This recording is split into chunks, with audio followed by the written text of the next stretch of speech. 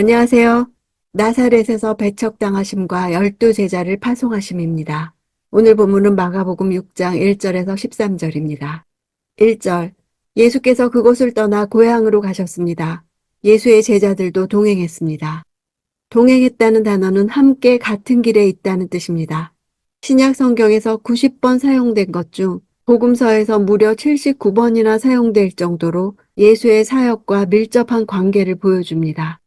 이것은 예수께서 제자를 세우신 목적 중 하나인 예수 그리스도와 함께 있음과 관련이 있습니다.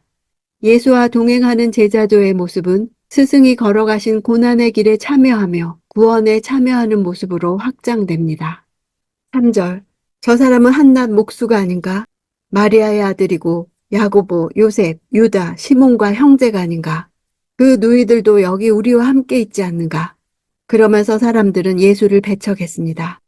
고향 사람들은 예수의 혈연과 지연을 보았습니다. 예수를 아는 그들의 지식, 혈연과 자연적이고 육체를 따른 지식이 그들의 깨달음을 가로막고 예수를 알아보지 못하게 했습니다. 그들은 예수를 향해 목수에 불과한 주제에, 마리아의 아들인 주제에 우리 앞에서 지혜와 권능을 행하다니 인정할 수 없다고 생각했습니다. 가르치는 예수를 받아들이지 못한 그들에게 능력을 행하는 예수가 머물 수 없었습니다. 예수는 자신의 말씀과 같은 운명을 가지십니다. 그분의 말씀을 깨닫고 받아들이는 사람에게 가서 생명의 역사를 일으키십니다. 예수가 비유이시며 드러난 비밀이십니다. 예수 자신이 천국 복음이십니다. 땅에 떨어진 한 알의 씨앗입니다. 없는 자는 있는 것마저도 빼앗기는 것입니다. 4절. 예수께서 그들에게 말씀하셨습니다. 예언자는 자기 고향과 자기 친척과 자기 집에서는 배척당하는 법이다. 예수님은 당시 잘 알려진 격언으로 당시 나사렛 사람들의 닫혀진 마음을 질타하셨습니다. 그들은 자신들과 가까이 지냈으며 별반 다를 바 없다고 생각하던 자가 자신들의 죄를 들추어내고 비판하는 등 선지자의 역할을 하는 데 대해 강한 거부감을 가졌던 것입니다. 5절. 예수께서는 그저 아픈 사람들 몇 명만 안수해 고쳐주셨을 뿐 거기서 다른 기적은 일으키실 수 없었습니다. 예수께서 고향에서 아무 기적을 일으키지 않으신 것은 예수의 능력이 사람들의 불신앙에 영향을 받을 수 있음을 암시합니다. 치유는 예수의 능력과 사람의 믿음의 상호작용 속에서 발생하는 현상입니다. 사람들이 믿지 않으면 예수께서 자신의 능력을 제한하시기 때문입니다. 7절. 예수께서는 12제자를 불러 둘씩 짝지어 보내시며 더러운 귀신을 제어할 권세를 주셨습니다. 둘씩 보내신 것은 상호 간에 도움을 주는 협력을 강조하는 것이며 동시에 복음을 듣는 자에게 신뢰감을 주기 위한 방법이었습니다. 복음 전파를 거절하는 자들에 대한 증거와 관련하여 증인의 최소 인원을 확보하는 의미입니다.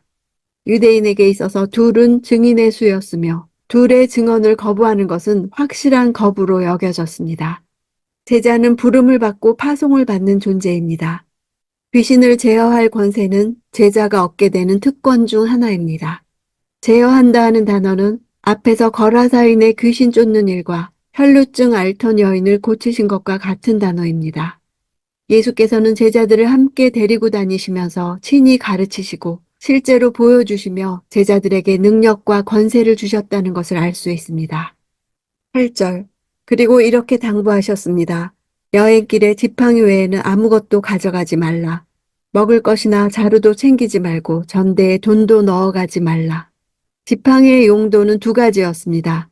외부의 위험이나 공격으로부터 자신을 보호해주는 기능과 더불어 장거리 여행 시 걸음을 보다 더 가볍게 해주는 기능을 했습니다. 마가는 지팡이는 허락하셨다고 기록한 반면 마태와 누가는 지팡이도 금지하셨습니다. 이 차이는 지팡이의 기능에 관한 것입니다.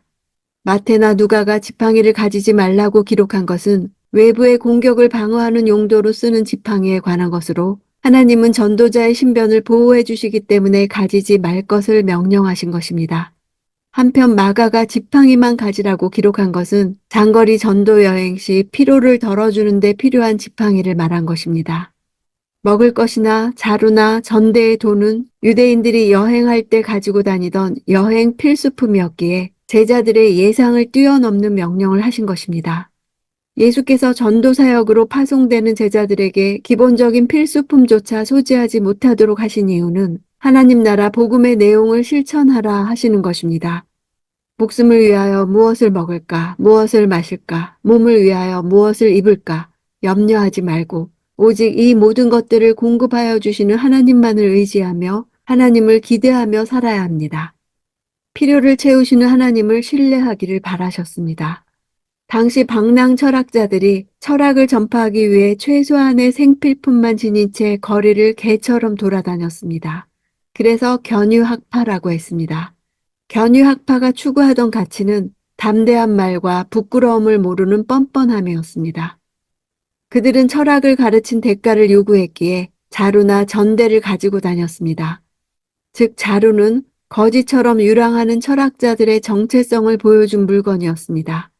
그런 자들과 구별되기 위해 명하신 말씀입니다. 최소한의 삶으로 전적으로 하나님만 의존하고 살라는 것입니다. 9절. 신발만 신고 옷도 2벌씩 가져가지 말라. 신발 역시 마태나 누가는 가지지 말 것을 명령하셨다고 기록했습니다. 원어 성경으로 보면 마태나 누가의 신은 발바닥과 발등을 모두 뒤덮일 수 있는 고급 신을 의미하는 단어를 썼고 마가의 신은 발등은 덮을 수 없고 발바닥만 보호하는 일반 사람들이 신었던 샌들을 말합니다. 2벌씩 가져가지 말라는 말씀은 일상 의복으로 꼭 필요한 속옷만 입고 팔레스틴 지역 특성상 기온이 급격히 떨어지는 밤에 잘 때 덮는 여분의 겉옷은 가지지 말라는 뜻입니다.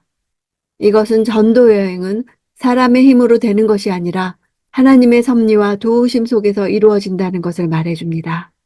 모든 필요를 알고 미리 준비해 놓으실 하나님의 능력에 전적으로 의존하는 신앙을 갖고 복음 전파의 사명을 감당해야 했던 것입니다. 10절. 어느 집에 들어가든지 그 마을을 떠나기 전까지는 그 집에 머물라. 어느 집이란 하나님이 원하시는 곳이면 어디든지 가야 한다는 사실을 말합니다. 하나님을 기대하고 가는 것입니다. 떠나기 전까지 그 집에 머물라는 것은 더 나은 숙식을 제공하는 집으로 옮기지 말라는 뜻입니다. 육신의 편안을 위하여 숙식의 장소를 옮기는 것은 전도자의 관심이 복음 전파에 있는 것이 아니란 증거가 될 수 있고 복음 이외의 것에 신경을 쓰게 만들기 때문입니다. 이처럼 복음을 전하는 자는 삶의 모습이 복음을 반영해야 합니다. 11절. 어느 집이든지 너희를 반기지 않거나 너희 말에 귀 기울이지 않으면 떠나면서 경고의 표시로 발에 붙은 먼지를 떨어버리라. 반기지 않는다는 단어는 수동적인 면을 강하게 나타냅니다. 이 표현으로서 예수님은 제자들의 전도 여행이 순탄치만은 않을 것임을 암시하시고 이 사실은 예수님이 고향에서 배척당하신 사건을 통해 이미 경험한 것이었습니다. 경건한 유대인들은 여행에서 본국으로 돌아올 때 이교도 지역에 흙을 묻혀 들어오는 것을 부정하게 여겨 신발을 터는 관습이 있었습니다. 따라서 제자들을 영접하지 않는 이들을 이교도 취급을 하라는 뜻입니다. 그들의 거절은 단순히 복음 전도자의 숙박을 거절한 것일 뿐만 아니라 복음을 받아들이기를 거절한 행위로서 이런 불신의 행위는 결국 하나님의 심판을 불러오는 것이었습니다. 복음 전도자를 배척한 자들이 떨어지는 먼지처럼 최후 심판 때에 버림을 당할 것을 미리 예언적 행동으로 증거하는 것입니다. 제자들은 이런 거절이 있을 것을 예상하고 가야 합니다. 13절. 그들은 많은 귀신들을 쫓아내고 수많은 환자들에게 기름 부어 병을 고쳐주었습니다. 예수 그리스도께서 다스리는 나라가 이루어지면 그동안 우리에게 주인 노릇했던 악한 세력들이 떠나갑니다. 병자들이 고침받고 귀신들이 쫓겨나는 일이 일어나는 것입니다. 고쳐주었다는 단어는 치료하다 외에도 시종들다, 섬기다 라는 뜻이 있습니다. 즉 제자들의 치유 사역이 모두 기적과 같은 초자연적 현상으로만 이루어진 것이 아니라 병자를 돌보고 시중드는 행위로도 이루어졌음을 보여줍니다. 예수님은 당시 정치적으로, 사회적으로, 경제적으로 어두운 팔레스틴 땅에 오셔서 하나님 나라를 전하셨습니다. 하나님 나라는 유대인들에게 낯선 개념이 아니었습니다. 하나님 나라에 대한 소망은 메시아를 기다리며 새로운 세상을 갈망하던 이스라엘의 오랜 희망이었습니다. 오랜 기간 고난에 시달린 이스라엘은 그들을 지배하는 악한 세상을 끝낼 하나님의 통치를 고대했습니다. 현실에서 거대한 세력들과 맞서지 못하는 이스라엘이 지닌 유일한 희망이었습니다. 그러나 유대인들이 생각한 하나님 나라와 예수님이 가져오신 하나님 나라는 달랐습니다. 너무도 달랐기에 예수를 거절하고 배척하고 죽이기까지 했습니다. 우리에게도 예수님을 믿고 하나님의 통치 가운데 살아갈 때 하나님 나라가 내 삶에 옵니다. 내 삶의 모든 부분에 하나님이 다스리신다면 실제적인 많은 변화가 있을 수밖에 없습니다. 예수를 믿는 사람은 많으나 실제 삶에서 다스림을 받는 사람은 적습니다. 하나님이 다스리심으로 내 원함이 이루어지기를 원하지만 하나님 나라는 하나님의 뜻이 이루어지는 나라입니다. 우리를 향한 하나님의 뜻은 구원이요, 거룩이요, 낮아짐이요, 죽음입니다. 나의 생각과 하나님의 생각이 차이가 난다면 이 땅에서 가족도 세상도 나를 거절할 수 있다는 말씀을 감당할 수 없습니다. 하나님의 통치를 받는 삶이 영광되고 거룩하다는 것을 아는 사람이 복음에 따르는 대가를 치를 수 있는 것입니다.